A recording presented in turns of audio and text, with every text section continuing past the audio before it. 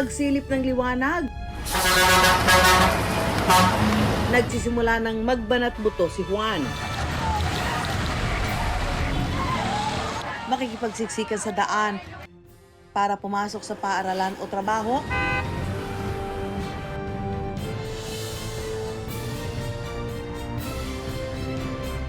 At makipagsapalaran sa buhay.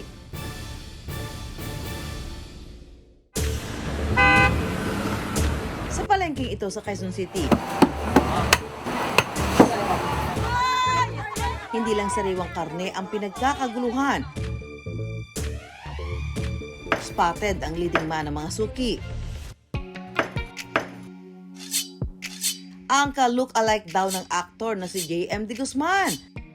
Ang karnehero o mangangatay na si Jorik. Yo, what's up guys? Magandang umaga sa inyo.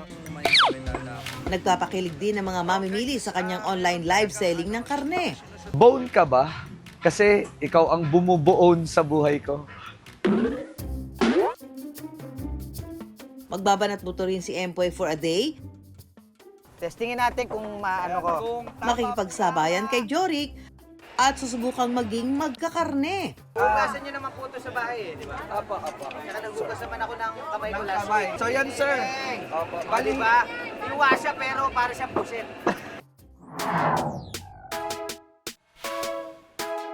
Ang heavy-duty mami na si Heart, pinupusuan ng galing sa pagkatay o paghiwa ng naglalakihang isda gaya ng tuna na madalas ay mas malaki pa sa kanya. Ang mga patapong bahagi ng tuna gaya ng tinik at laman loob, pwedeng-pwede pa raw pakinabangan ni Heart. Ang pagbabarat naman ng buto ni Adrian, kinagigiliwan online. Ang bansag sa kanya, lalamunan king. Dahil kaya raw niyang paikutin ang kanyang ulo ng higit 180 degrees. Napagtatagpo ang kanyang mga siko at naiunat ang lalamunan. Kamangha-manghaman ang lambot ng kanyang mga buto. Ligtas ba itong gawin? I wonder, iba't ibang paraan ng pagbabanat buto sa bayan ni Juan. Ito namin yan. Mula hanap buhay hanggang katuwaan at lunas sa sumasakit na katawan.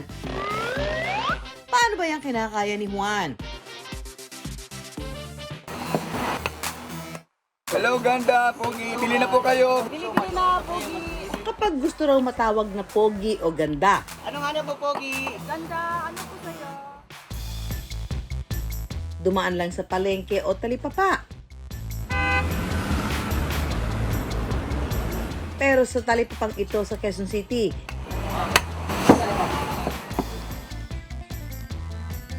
mismong ang tindero raw ang gwapo.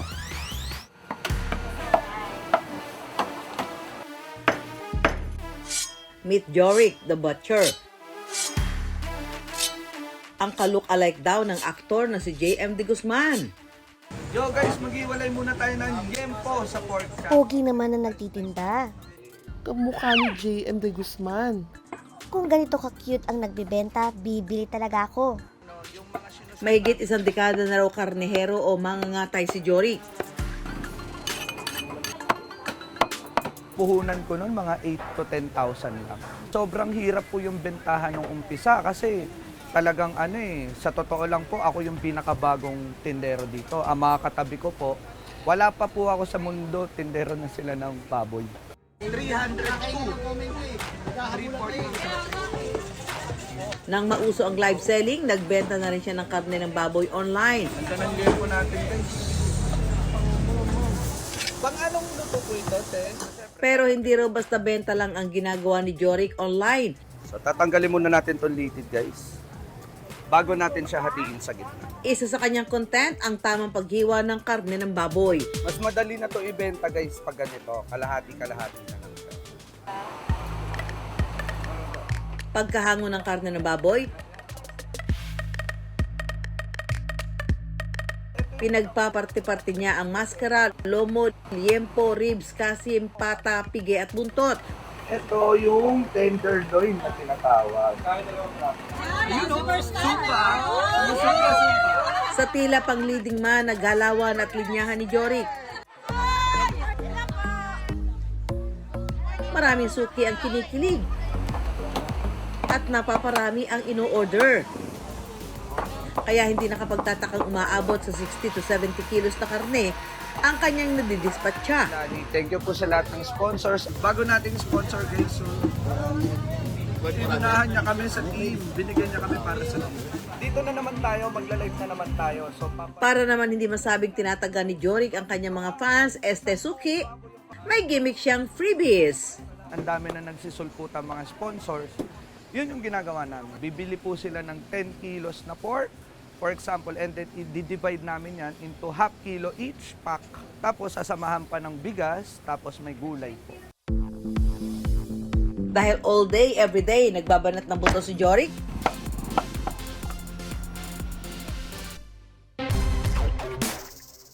may backup tayong ipapadala ngayong araw.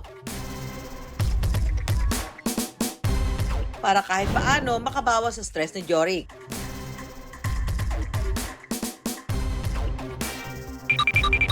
Ang equally swabe nating ka-wonder. Kahit po may bibili sa atin, giniling naman ito. Kahit anong hiwa po yung gawin mo dyan kasi lalagay natin sa giniling. Hugasan nyo naman po ito sa bahay di ba? Apo. Tsaka naghugas naman ako ng kamay ko Ng last kamay. week. So yan sir. Opo. Bali- Di ba? Iwa siya pero para siyang pusit. The next contestant is Next contestant is goes to... Ayun. Tararan. Ate, harap ka. Ate Say hi. Oh. ni Ate Amy. Kalahating kaso. So part po siya ng Na maasim? baboy. Hindi po. Dalawang klase po siya. Kasim po, bandang shoulder po ng Okay, baboy. okay. Para sa sinigang ni... Ano pa naman ate? Amy. Ate Amy, ako dito magkakat. po, ayan. So dito po natin ititimbang, Kalahating sir. kilo. Apo, 500 grams. Ayan. Sige sir, testing natin. Testingin natin kung maano ko. Kung tama po yung ano Tama. na. O dagdag, o bawas. Ayan. Ayun. Sir, medyo matalim yung kutsilyo natin. Kaya nga, kuya. Wait Opo. lang. Ako, sir. Sige po. matalim, sir. Ayan. So, ito, worth 200, okay na ba? Okay. Pang anong luto, sinigang? Kaya mo, sir? Kaya ko to, te. Sige. Ayan. Ayun. Pag dalawa binili mo tapos nagkagustuhan sila, ano tawag doon? Kasimtahan. Kasi, Empoy, bilisan mo at marami pang bibili. Okay, next po natin. Ano po ang bibili nyo? pork Pork chop. Ayun. Apat ba yan? Pork chop? Ilan po? So, kukutsilyoin muna natin kasi laman siya eh. And then, after nyan, may buto siyang konti. Gagamitin na natin itong clever knife natin. Pork chop, apat. Okay. 4 pieces na pork chop, guys. Magkano ang pork chop? Ayan po. 18 pesos. 187. 187 pala. Ano ba? 18 pesos. Napakamura pala pag ako magtinda pala. Opo. Sorry na. Hindi ko nabasa. Sorry na. 187. Opo. Kuya Jorik?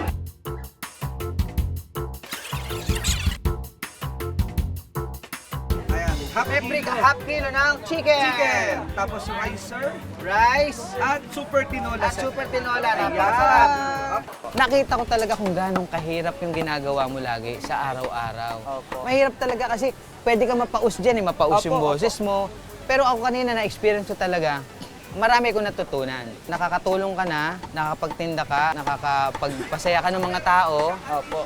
Nakita ko dito kanina is maraming nagmamahal sa'yo. Opo. Wala pa sa kapiraso ng araw-araw na pangangatay ng karne ni Jorik yang sinubukan ko.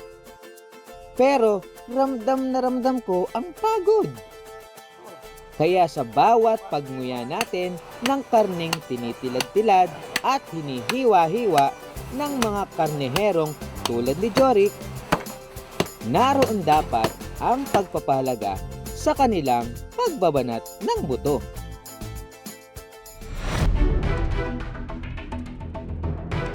Sa South Cotabato, laging trending sa usapan ang husay ni Hart sa pagkatay ng malalaking isda. Na kahit hindi pang heavy duty ang katawan, matinik daw sa paghihiwa ng naglalakihang tuna. Umaabot daw ng 80 kilo ang pinakamalaking tunang kinakarne niya. Talagang mahirap yung paghiwa ng isda. Lalo na, totoo, trabaho talaga yan siya ng mga lalaki. Pero dahil sa negosyo namin, nung nag-start talaga kami is, dalawa lang kami ng asawa ko, yung nagtitinda. So kung wala siya, ako lang talaga. Pagkatapos asikasuhin ng pamilya,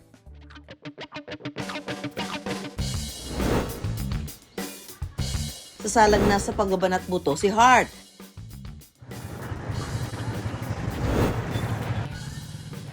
May ngapon! Di surandran ka butang ka dere Ang target ni Heart, mula maliliit na isda 98 lang, Col!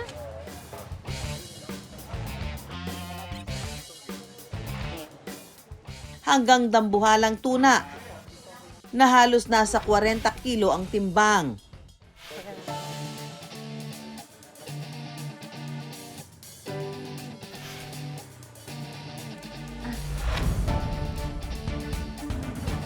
Sa pagkatay ng tuna, unang inihihiwalay ni Heart ang ulo.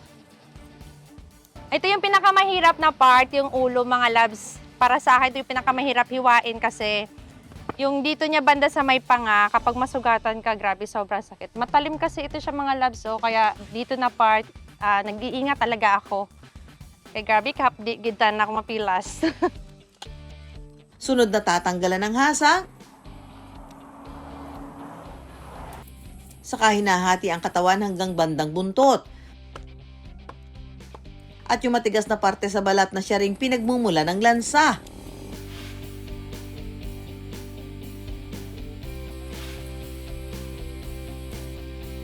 Ang sarap ng tuna sagad daw to the bones. So, ito yung lahat yung tinik ng tuna na marami pang laman. Perfect ito siya ipaksiw, o di kaya isinigang tinola. Pag-amin ni Heart, maganda rin naman daw ang kita sa pagkakarne ng tuna. Kaya nakapagpundar na rin daw sila ng ilang ari-arian.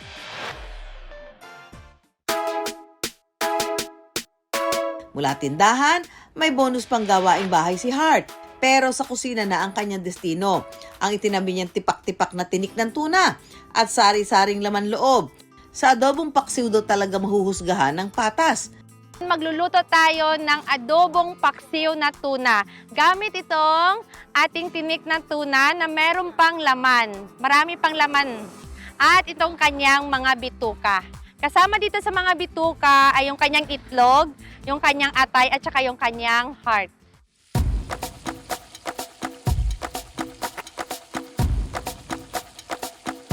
Matapos maggisa ng mga pampalasa at pantanggal lansa, isinunod na ni Heart ang mga lamang loob ng tuna gaya ng bituka, atay, puso at itlog at ang star ingredient. At isusunod na rin natin itong ating tinik ng tuna na marami pang laman.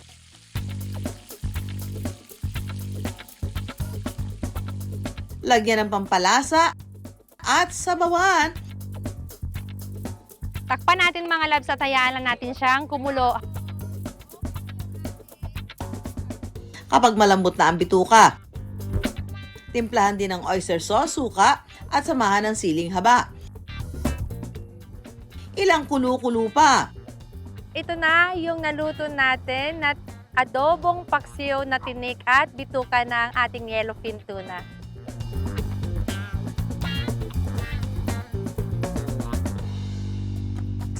Sarap. Tapos, malasa. Nalasahan mo yung laman at yung tinik at yung laman loob ng tuna. Umaangat yun yung asim at yung sarap pantay lang. Manamis-tamis na medyo maalat-alat. Ang matinik na diskarte ni Heart patunay na mothers know best sa pagluluto man o pagbabanat ng buto. Sa panahon ngayon, bilang isang babae, lahat talaga posible. Basta't para kasi sa pamilya, lahat gagawin mo. Kung hirap yumuko ang iba at magunat ng buto, maning-mani raw yan sa 24 anyos na ka-wonder nating si Adrian. Hello mga ka-wonder! Ang tinagurian online na Lalamunan King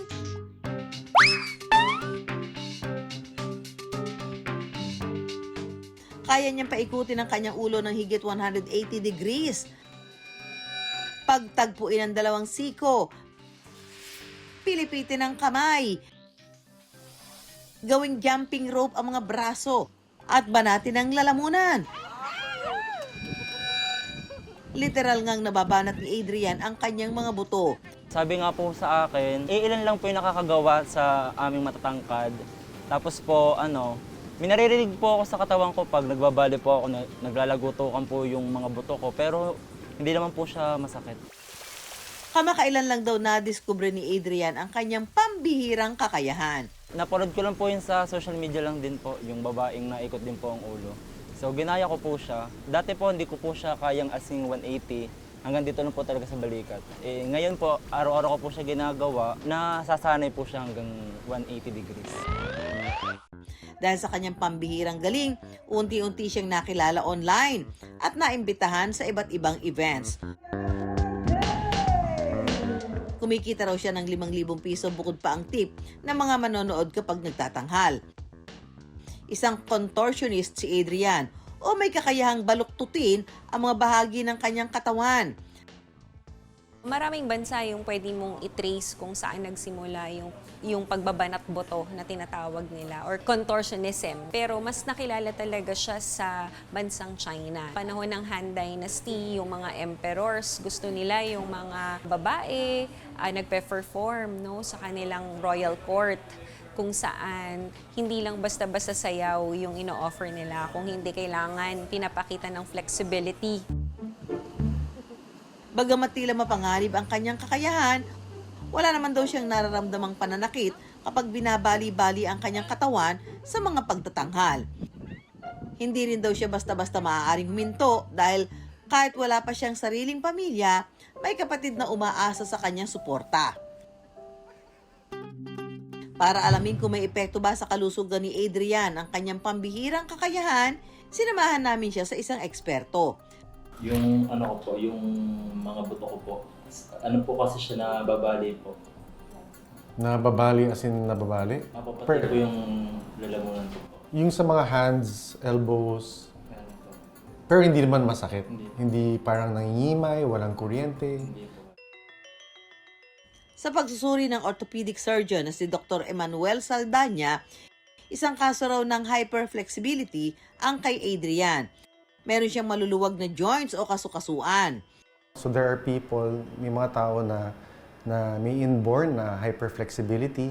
Pwedeng normal person, but through training, but rigorous training at saka gradual training, nade-develop nila yung hyperflexibility or elasticity. So pag punersa ito, kasi like for a normal person, kung hindi kung abrupt yung gawin nila yung flexible na movements, pwede sila mag-fracture, pwede mag-dislocate yung joints or mag-tear yung muscle or yung tendons nila. There's no signs of arthrosis or dislocation, okay naman. So wala namang problema sa mga joints, wala namang arthritis, and wala din dislocation or fracture noted. Ang literal na pagbabanat buto ni Adrian, mapanganib kung tutuusin, pero dala ng pangangailangan. Mismong ang buto-buto sa katawan, nagiging kasangkapan para ipambuhay. Ayan, alam mo na ka-wonder, magkakaiba man ang kahulugan ng pagbabanat natin ng buto para sa kabuhayan, kasiyahan. Bawat banat ng buto ay may tamang dahilan at tamang paraang may kaakibat na responsibilidad. Mga ka-wonder, kung may mga topic po kayo na gusto pag-usapan, mag-email lang po kayo sa iwonderutv@gmail.com. Ako po si Susan Enriquez. I-follow nyo rin po ang aming social media accounts na iWonder. Ako po ulit si Empoy Marquez. Paano po magkita-kita po tayo tuwing linggo ng gabi sa GTV? At ang mga tanong ni Juan, bibigyan namin ng kasagutan dito lang sa iWonder. Bigyan ng kasagutan. I wonder.